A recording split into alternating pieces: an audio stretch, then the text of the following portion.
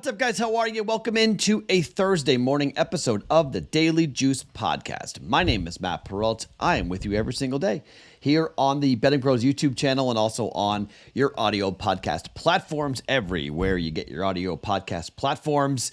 You can follow me across all socials at Sports Talk Matt, and this podcast being brought to you by OmahaSteaks.com. We have a custom URL that you guys will now use if you're going to go place your orders with Omaha Steaks. It is omahasteaks.com/juice, so no more promo code, although the promo code does work, but this will get you directly in, and it will load up your cart with the free pork chops and the free chicken breasts, for those of each, plus whatever you go buy for yourself at omahasteaks.com. Minimum purchase may be required. omahasteaks.com/juice.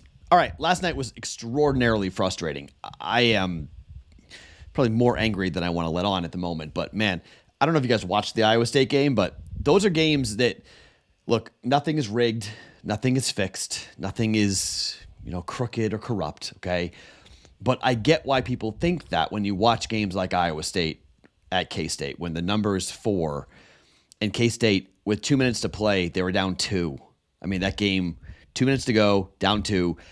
They had like a 95% chance to cover, and then you get an awful foul call. I mean, just an embarrassing foul call with Iowa State in the double bonus, and the coach gets teed up. 3 points right there. Shouldn't have been a foul.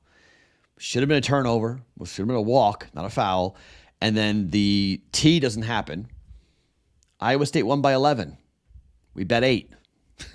Those 3 points were the difference between a push and an Iowa State cover. And people were like, it's legal to bet in Iowa now. Yeah, okay. Jerry Pollard's a referee who worked that game. I know Jerry. He's a former cop, okay? He's not doing anything nefarious. It's just a frustration, and I get why people call those things out, and I get why they're like, oh, it's all fixed and rigged, because it's just like, wait a minute. Iowa State was 10-1 going in ATS, and they had no business covering. Zero business. They were going to win the game. There's no debate. They're winning the game. They weren't going to cover, though, and they did. So that was annoying. And then hockey, St. Louis just ran out of gas. I mean, they won the game in overtime, but defensively they ran out of gas. It was 2-0 going into the third period. The game ended 4-3. Like, come on. 5 goals in the third period in overtime. That's just a frustration. It happens. It happens. But then again, Alabama, that could have been an 0-3 night. That was, if that 3-point shot at the buzzer that Auburn took and hit, they would have won by 1, not 4. So we got lucky there. So there is a little bit of a break in terms of evening it out. It was 1-2, down 1.3 units. Could have easily been 0-3. And as I've talked about, 0-3s are disaster. I mean, just absolute disaster. So I would take a 1-2 night every single time if it's that or 0-3. So I hate the card tonight. I mean, there's nothing I love. I'm going to give you 3 college basketball bets, but I'm already starting my NASCAR prep. I'm already starting my golf prep. I'm looking around for other things to bet because I don't want to bet the NBA. All right. I mean, the dead cat bounce worked for the Bucks. Are you kidding me? They won and covered the 7. The Cavs had won 8 straight games going into that game, and they lost and didn't cover. Okay, Doc Rivers' debut with the Bucks. It's just the NBA just, I don't find it fun to bet the NBA. Some people love it. I hate it. I don't like it at all. I like betting hockey, but I like betting hockey not officially, fooling around, betting live and whatnot, just nothing serious, nothing real, not committing full units to betting hockey. So I got to find my way in with hockey. Right now in the NHL, I'm 3-6 here in January, down 3.1 units. And in college basketball, I'm 22-16, up 4.4 units. So I'm just going to lean into what I'm doing well. I mean, the NFL has gone really well for us so far here in January as well. I'm 14-8 in the NFL, up 4.7 units.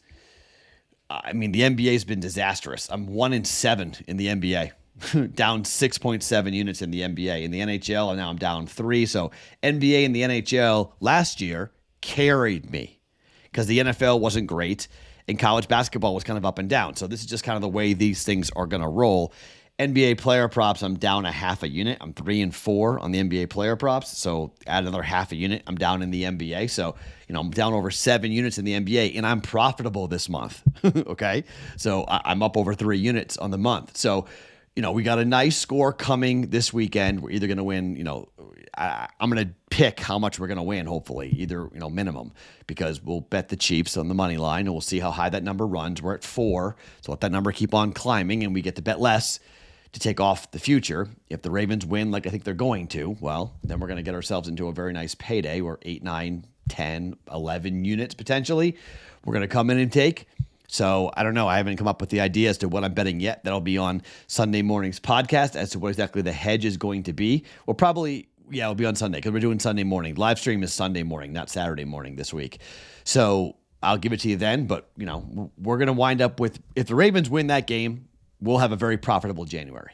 So let's see what happens with the Ravens' future that we have out there going for them to win the AFC at 11-1. So I'm not concerned about where we are, but I'm going to stay with college basketball here for tonight, but I don't like the card. I'm going to tell you straight up, I don't like the card. I've got to play. I'm going to go back to betting the trend, the road team loss coming home as a home dog. There are games, I never would be looking at some of these games if it wasn't for that trend. It's really interesting. I found my way to finding some very small Horizon League game we're going to bet tonight, or I'm betting tonight. But we're going to start with the Pac-12. And let's start talking. It's both Oregon and Oregon State. We'll start with Arizona at Oregon State. The number's 19. 19 points. Arizona's 4-4 on the road. Oregon State is 8-2 ATS at home. And they're catching 19 points. This is a big number, okay? Look, Oregon State, I guess it kind of fits the trend a little bit. They lost to Colorado 90-57 in their last game. They lost to Utah 74-47 in their last game. They've just been getting completely and totally smashed on the road. Oh, I'm sorry. Let me flip that. Sorry, that's the over. Sorry, I'm wrong one. Excuse me.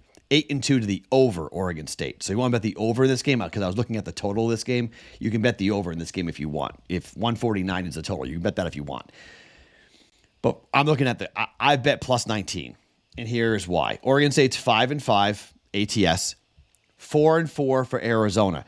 But here's the thing, okay? At home, Stanford, they were catching 4.5, lost by 4. At home against USC, they were catching 8.5. They won by 16. They were 6.5-point dogs to UCLA. They lost by 7. They were laying 7 against Idaho State. They won by 19. In conference, Oregon State is 4-3 ATS, and Arizona is 3-4. Look at the big numbers this season that have been laid by Arizona, and they haven't covered. At home against UCLA, laying 17.5. They won by 6. Laying 21 against USC at home, they won by 15. They were laying 9 at Washington in their last game, and they lost by 3. They laid 23.5 against Colgate, and they covered that. But that was all the way back in the beginning of December before they started playing conference games. When they're laying big numbers on the road or at home, they're not covering all that consistently. Last 2 big numbers, 17.5 and 21.5, both at home. They both didn't cover either one. 19 points is just kind of like a principal play here. It does factor into the lose the game on the road. They lost to Colorado by 33 points on the road by catching 18. Lost by Utah as well. Are they desperate? Yeah. Sure, they're desperate. They need a win bad. They're in desperate need. This is a 17-point win for for Arizona against Oregon State, according to KenPom. Arizona State's got great defense. Arizona's got great defense. As we know, their offense is great. When they want to go and just annihilate somebody, they can. But Oregon State's pace of play is not great. 303rd, okay? When you're going to blow somebody out, generally you need to have somebody who is going to want to run with you by 20. Now, granted, they could win the game 80-50 and we lose this bet, okay? It's not impossible, but I'm going to take Oregon State to at least lose the game, but don't get completely and totally annihilated here. KenPom, hopefully that we're right here with them. And Oregon State, going on the road in college basketball has been difficult. They've lost at Stanford. They've lost at Washington State. Stanford is not good, although Oregon State is worse than Stanford. So I'm not going to sit here and say that, there's something to be proud of, or we look into it. They lost to Stanford at home. Oregon State did, but in overtime, 88-84. So they hung around there. But 5 straight losses for Oregon State here. They're 1-6 in the Pac-12. They've only won one game. They beat USC back on December the 30th. So to say that they're in desperate need of a W, Wayne Tinkle needs a W big time here for the Pac-12 Beavers. I'll take a flyer here, plus 19. Oregon State, plus 19 against Arizona here tonight at home. Staying with the Arizona-Oregon connection, Arizona State is at Oregon. So we're taking Oregon State plus 19. Oregon is laying 8.5 on the road, at home up against Arizona State. Oregon is 6-3 ATS at home. Oregon's 4-3 ATS in the Pac-12. Arizona State's 5-2 in the Pac-12, but they're 3-6 on the road against Washington. In their last road game, they were 7-point dogs. They lost by 15. They did beat Cal and Stanford on the road, but this is Oregon we're talking about, not Cal and Stanford. And Oregon is a team that I think is just coming into their own. It's a team that I want to watch. I think there's a halfway decent potential for Oregon to make a run. Look, I'm a big Dan Altman fan. I like Dan Altman a lot. This is an 8-point win according to KenPom. The number opened up at 8.5. It's staying at 8.5 here. And this Oregon offense, 41st in efficiency, 43rd in effective field goal percentage, 29th in 3-point percentage, 92nd in 2-point percentage. They're getting a lot of their points from behind the arc, as most teams for Oregon, coached by Dan Altman, will. 32% of their points coming from behind the arc. They are a team that doesn't get to the line very much. They're really a stop and pop and drill type of team. But Oregon State offensively just is awful. They are 269th in effective field goal percentage. They're 269th in 3-point percentage. They are 234th in 2-point percentage, and they stink at free throw shooting. 345th in free throw shooting. They can't shoot at all. So adjusted efficiency on offense, 195th. Oregon's not great defensively, but they're good enough. 94th in efficiency. They're not great at 3-point defense. Doesn't really matter because of what's happening with Arizona State. 203rd in 2-point percentage. Again, doesn't really matter because of what's going on with Arizona State. I just don't think Arizona State's going to score very much here. And I like the Ducks at home here to win this one going away. This game's unfortunately on the Pac-12 network, meaning nobody can watch this game, but that's what the Pac-12 wants, and kind of why the Pac-12 is dead, as we now know. I'm going to lay the 8.5 points. Oregon minus 8.5 for 1.1 units. And lastly, a game that I would never look at if it wasn't for the fact that I'm looking at this trend for teams that lose on the road to come back home as dogs. Green Bay, Wisconsin Green Bay got worked by Northern Kentucky in the Horizon League last game. 74-52. But they're 7-3 in the league. So it was an anomaly. They had won 3 games in a row. They lost at Oakland when they played on January the 6th, 79-73. This is a 1-point win for Oakland, according to KenPom, but the number is 2.5 at DraftKings tonight for Green Bay at home in the Horizon League. When you dig down to the numbers, Wisconsin Green Bay is 5-1 at home, and they're 9-1 ATS in conference this year. The only game they didn't cover so far in conference was the last game, in which they were 5.5-point dogs, and they lost by 22 points. So they're coming back home, trying to get a split here.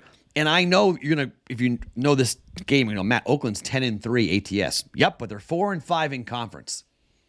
A lot of their numbers, a lot of their wins and their covers came early in the year when Oakland opened up 8-0 ATS. Most of those games were away from home. At Ohio State, covered. At Illinois, covered. Neutral against Drake, covered.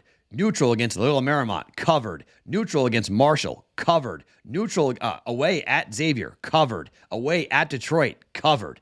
Since conference play has begun, yes, they just whipped IUPUI, laying 12, the one by 22 points.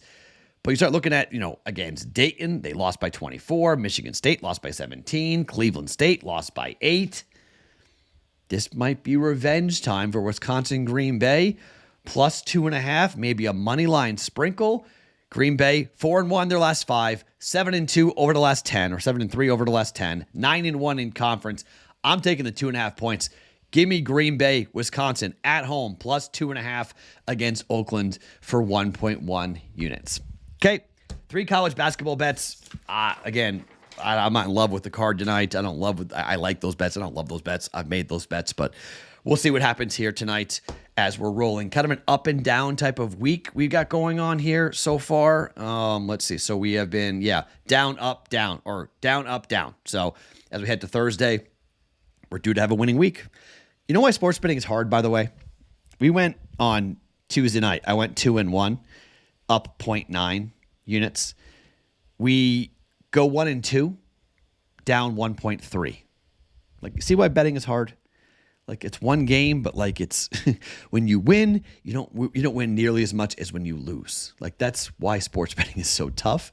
If you ever wonder why sports betting is such a challenge and why it's so difficult to do this, 11 versus 10 built this stuff. You're always minus 110. The book is always ahead of us. So even when we wind up going over a 2-day period, we go 3-3 over a 2-day period, and we're down 0.4.